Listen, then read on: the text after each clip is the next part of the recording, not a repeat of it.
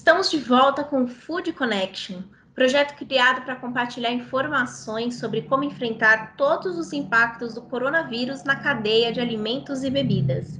Eu sou Ana Domingues e vou estar aqui contigo todos os dias, trazendo a palavra de importantes especialistas e associações que trazem dicas sobre como o seu negócio pode enfrentar essa pandemia e minimizar os danos da melhor maneira possível.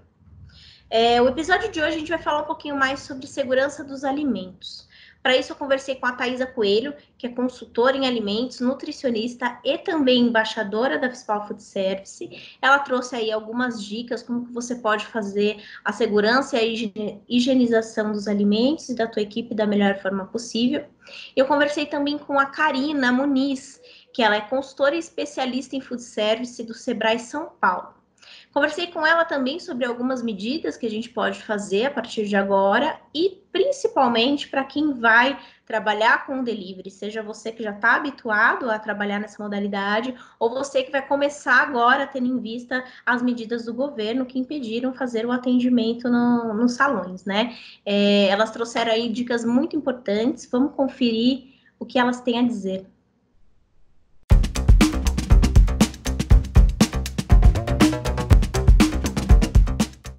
Quais os principais cuidados que os estabelecimentos devem ter nesse momento? A gente já sabe que seguem aí algumas diretrizes da Anvisa, mas tem algo a mais? Como está sendo? Quais são as orientações que você pode fazer? Tá. Eu estou seguindo todas as orientações que são da Vigilância Sanitária e da Organização Mundial de Saúde. Então, começa desde lá do início no colaborador do Food Service e também de quem está fornecendo os alimentos, tá? Então, na questão de colaborador, durante treinamentos para o pessoal, para a equipe, a gente sempre orienta em questão de estar tendo cuidado desde lá da sua casa, em questão de separar utensílios, pratos, talheres para ser individual, bem como a troca de roupa diária, banho, o que é normal de boas práticas mesmo, lá na casa dele. E também trazendo isso para o ambiente de trabalho, porque muitos deles vêm de transporte público. Isso não tem como a gente evitar, apesar de que eu tenho clientes que estão disponibilizando carro, vans, para poder trazer somente a equipe dele e não ter contato com outras pessoas. Então, além dessa forma de transporte, quando a pessoa chega ali no ambiente de trabalho, ou ela vai tomar um banho, se estiver disponível o chuveiro no local, e ela vai trocar a sua roupa. Então, o uniforme é de uso exclusivo para ali dentro do ambiente de trabalho, tá? E boas práticas. Aí, higienizar as mãos corretamente, higienizar todo o ambiente de trabalho, para aí sim começar a executar o trabalho dele.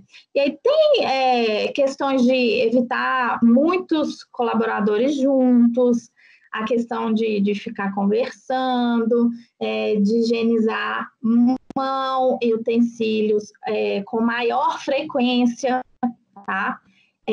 A questão de, na hora de fazer recebimento de mercadoria, o que eu orientei? Escolher um único funcionário para fazer isso, porque se todos fizerem, aí sim a gente não vai conseguir controlar. Então, estabelecer um único funcionário para ter esse contato e um contato mínimo. Então, é só mesmo de entrega e a pessoa já sai e ele continua executando seu trabalho, tá? É a mesma questão também no delivery, na hora de entregar também, de ter contato mínimo ali com quem está recebendo. A questão também de distanciamento, além da equipe ali toda de trabalho, se é um local que pode se abrir o estabelecimento, que não seja no caso igual eu que estou em Belo Horizonte, não tem como, tá? Realmente todos fechados por conta do decreto do prefeito.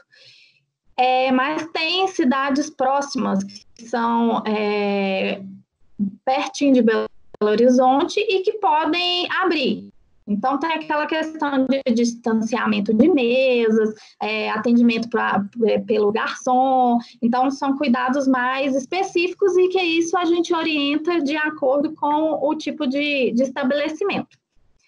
E também tem a questão se realmente vale a pena abrir ao público ou se realmente ele vai focar só na entrega, só no delivery e trabalhando internamente ali com a equipe. E a indústria, nesse caso, ela precisa se preocupar? Como que está sendo a preocupação da indústria com riscos de contaminação? Conta um pouquinho para mim da sua experiência. Tá. Eu trabalho em indústria como auditora, e auditora de processo voltado para a segurança dos alimentos. Então, o que eu tomei a iniciativa de cancelar todas as auditorias, porque eu rodo. Então, assim, tem dia que eu estou em um lugar, um dia no outro. Então, eu sei que para evitar, a única forma para mim também, para o pessoal da indústria, é eu não executando esse mês. Isso pode se prolongar, não sei como é que vai ser. Mas as indústrias continuam funcionando normalmente. O que eu vejo é que muitas estão aprofundando mais nos processos delas, voltado para boas práticas, eles têm o programa de autocontrole, a PPCC, então é uma segurança até maior do que nos estabelecimentos de food service. E eles preocupam muito com a questão de colaborador, porque além de ter todas as boas práticas, eles fazem esse controle já na entrada. Então, ali se o funcionário, ele tem, eu estou com coriza, eu não estou me sentindo bem, ele já é retirado da equipe ali de produção da operação. Então, ele já não trabalha mais, tá?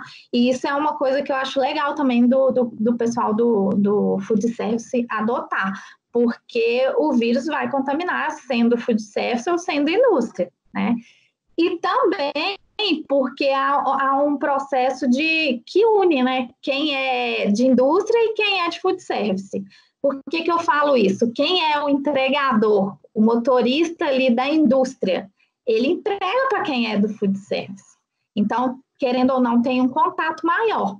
E aí o pessoal que é da entrega, eles estão tendo um cuidado maior com esses motoristas. E é uma avaliação mais cuidadosa. E tem muitos que estão parando. Então, é só esse processo mesmo de entrega do colaborador de um local com o motorista, tá? E tem a questão também de matéria-prima. A gente tem fornecedores que são menores e que podem sim fornecer para uma indústria maior. E aí, como que fica essa entrega? Ainda não está sendo muito impactada, porque está recente, mas eles já estão se preparando para um impacto um pouco maior.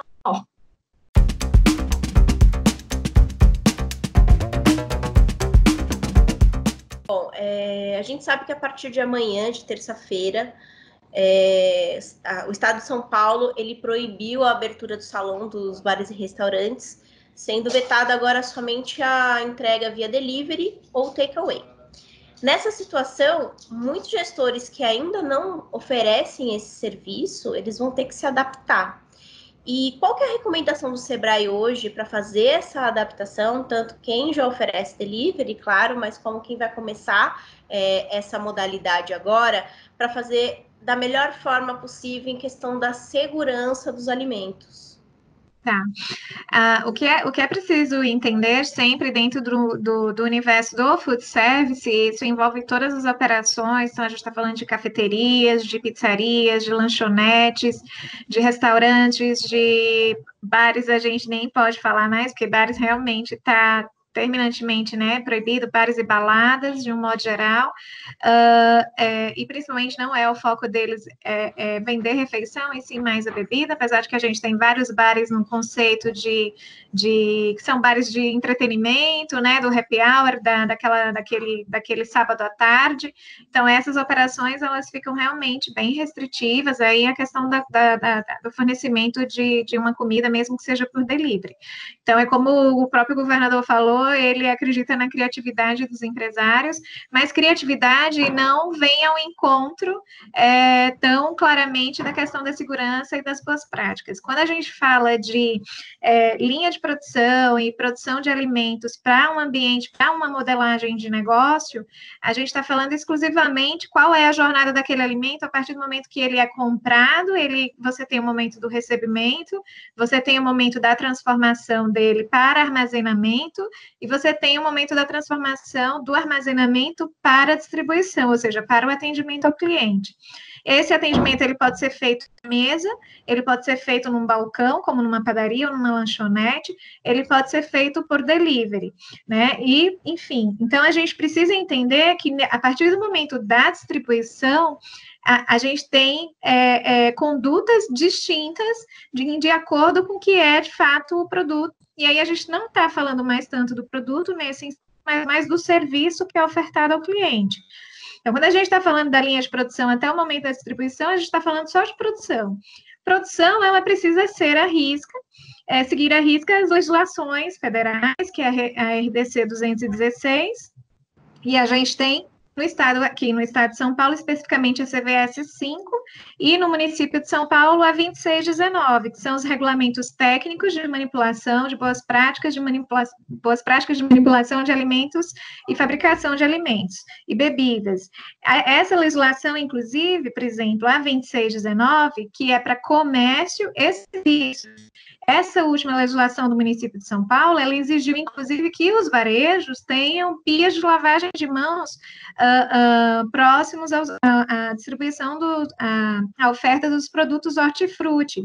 Então, assim, para que você conduza o seu consumidor a lavar as mãos antes de tocar nesses alimentos.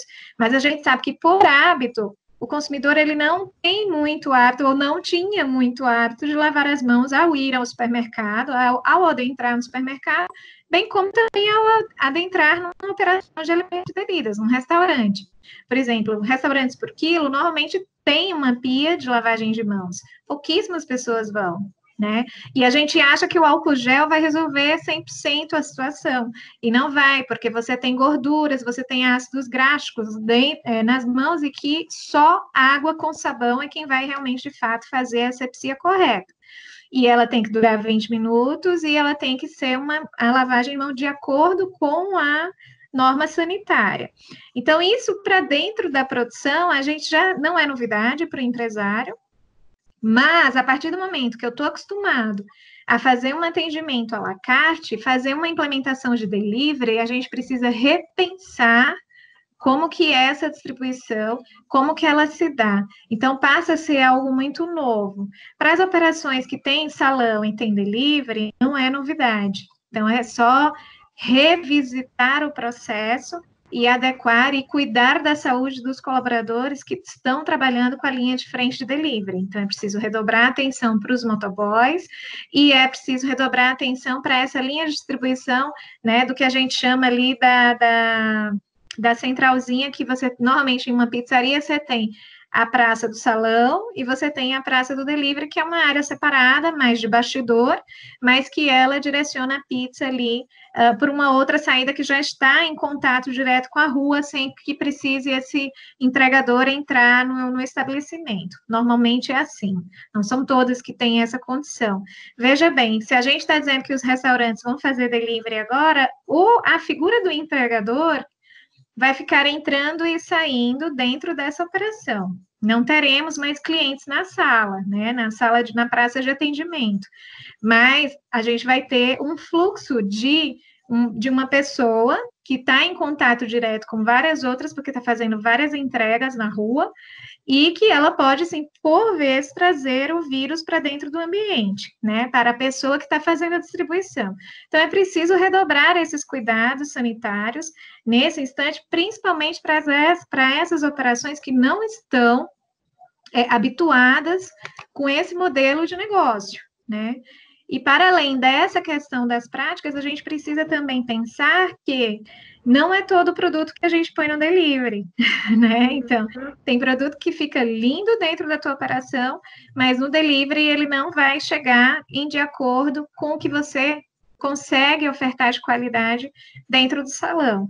E, por sua vez, também é preciso precificar, entender o que vai ser agregado em termos de custo de embalagem, em termos de custo de mão de obra para fazer entrega extra, excedente que você vai ter.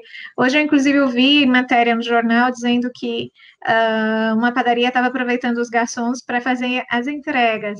Então, a gente precisa ter cuidado com a questão de desvio de função, com risco de acidente de trabalho nesses percursos, então vem e entra em outras questões, então é preciso pensar muito em como fazer o delivery e se respaldar de todas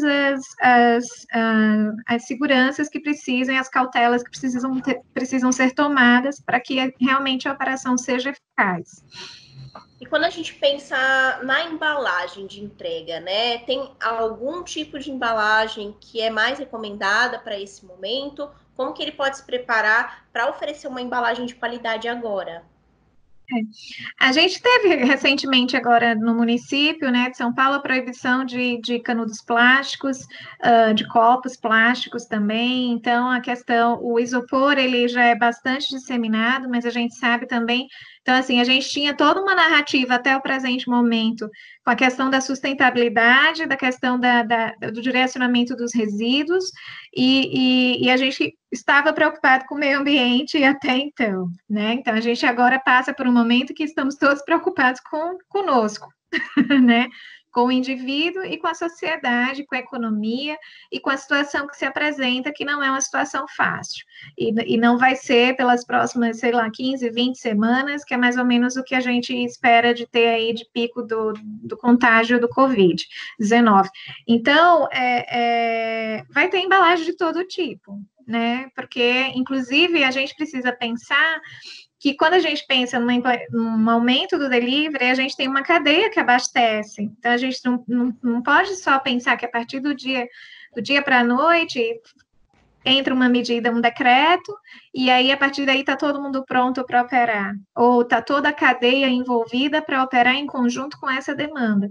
Então, é preciso entender os desdobramentos. Então, será que nós temos empresas de embalagem suficientemente para dar, para conseguir atender toda essa demanda que vai surgir? Né? Ou será que as pessoas estão correndo aos atacadores de embalagens, enfim, para comprar qualquer tipo de embalagem? Então, a gente precisa começar a pensar, raciocinar como é que vai ser esse volume, inclusive volume de lixos, de descartáveis, ou coisa que o valha. Então, mas com certeza haverá todo e qualquer tipo de embalagem. Para aqueles que já tinham operação de delivery implementada, eles só vão aumentar a demanda. Eu pedi uma pizza de uma pizzaria no fim de semana, que ele estava estimando que ele não ia ter muitos pedidos, eu acho que em 2 horas ele teve 1.159 pedidos.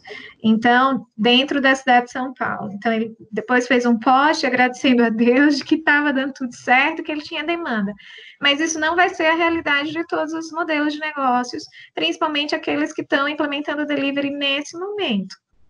Então, assim, a padaria de bairro, ela vai fazer o delivery do café da manhã, ela tem embalagem para viagem? Normalmente tem, você tem uma garrafa que você leva um suco, você tem ali uma caixinha de isopor que você consegue botar um pãozinho na chapa como um lanche, é muito comum comprar Beirute em padaria e levar, né? Então, assim, os lanches que são comuns, as lanchonetes também vão ter, as hamburguerias vão ter, enfim, mas não são todos, os restaurantes por quilo não tem embalagem, então eles vão ter que comprar embalagem. Tá aí, bem legal, né? Essas dicas compartilhadas aí pela Thaís e pela Karina. Muito obrigada pela participação de vocês. Eu tenho certeza que esses insights aí devem ajudar aí bastante gente que está precisando dar uma guinada no delivery nesse momento.